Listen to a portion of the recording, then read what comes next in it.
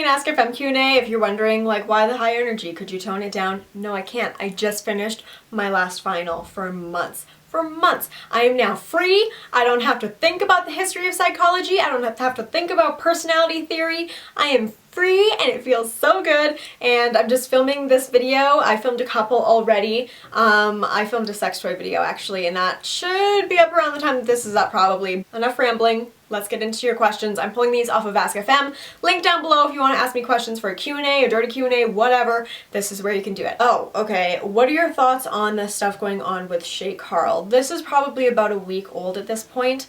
If you don't know what happened, or if you don't know who Shay Carl is, he is a family vlogger. He and his family are proudly Mormon, and he has been outed by a cam girl that he was sexting with.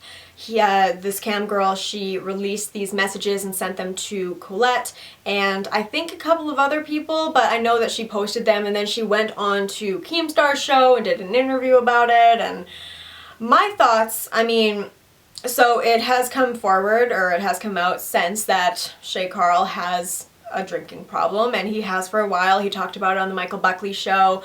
Philip DeFranco has confirmed it because they are friends.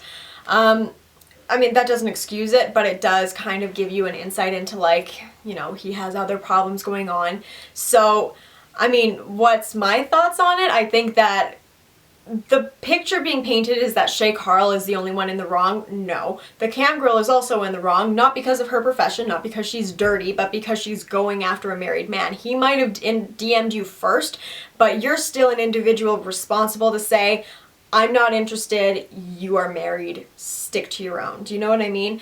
But, I mean, obviously what Shay did was super, super wrong. I don't know what's going on with that or with his family. It's none of my business. Whatever they end up saying is our business, but I'm not going to be one to speculate. I just don't like the narrative as it is right now that he's the only bad guy, and this girl is like the perfect angel who's taken advantage of when she was clearly interacting in the same way, and then she also didn't really care about the embarrassment of exposing him so publicly that it would cause his family, who are the true victims here, you know, like that was just a shitty thing to do. Thoughts on the Pewdiepie thing? This is also a couple of days old at this point, but it came out in a bunch of news articles that Pewdiepie was like a Nazi supporter or a Nazi sympathizer, because people don't do their fucking research. If you watch any Pewdiepie video all the way through, you realize that anything offensive he does for comedy or to prove a point.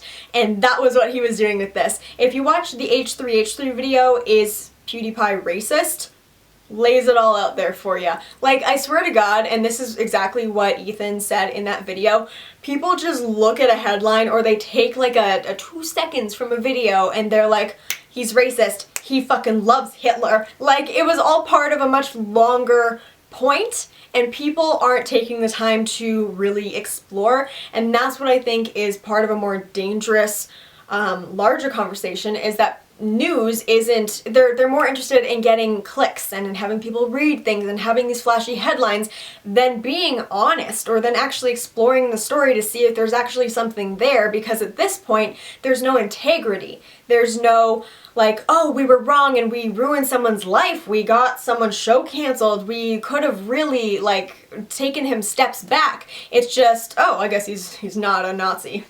Oh well, it was a great headline. Like, news is just losing all of my respect. Like, guys, my one thing from this video is gonna be, if you see something online, don't believe it. Like, triple, quadruple check your sources, and then check other perspectives. Check your perspective, check every alternative perspective, because there's so many people who just make shit up or take things so wildly out of context just because it's going to get more views than the truth would. And usually if you go with the truth, there's not going to be a story, which is exactly what it was going to be with this Pewdiepie thing, which I just think it's ridiculous. I feel like my life is getting so boring. It's just going to school and studying, and I come back. Sometimes I go out with my friends, but they're always busy with school like me.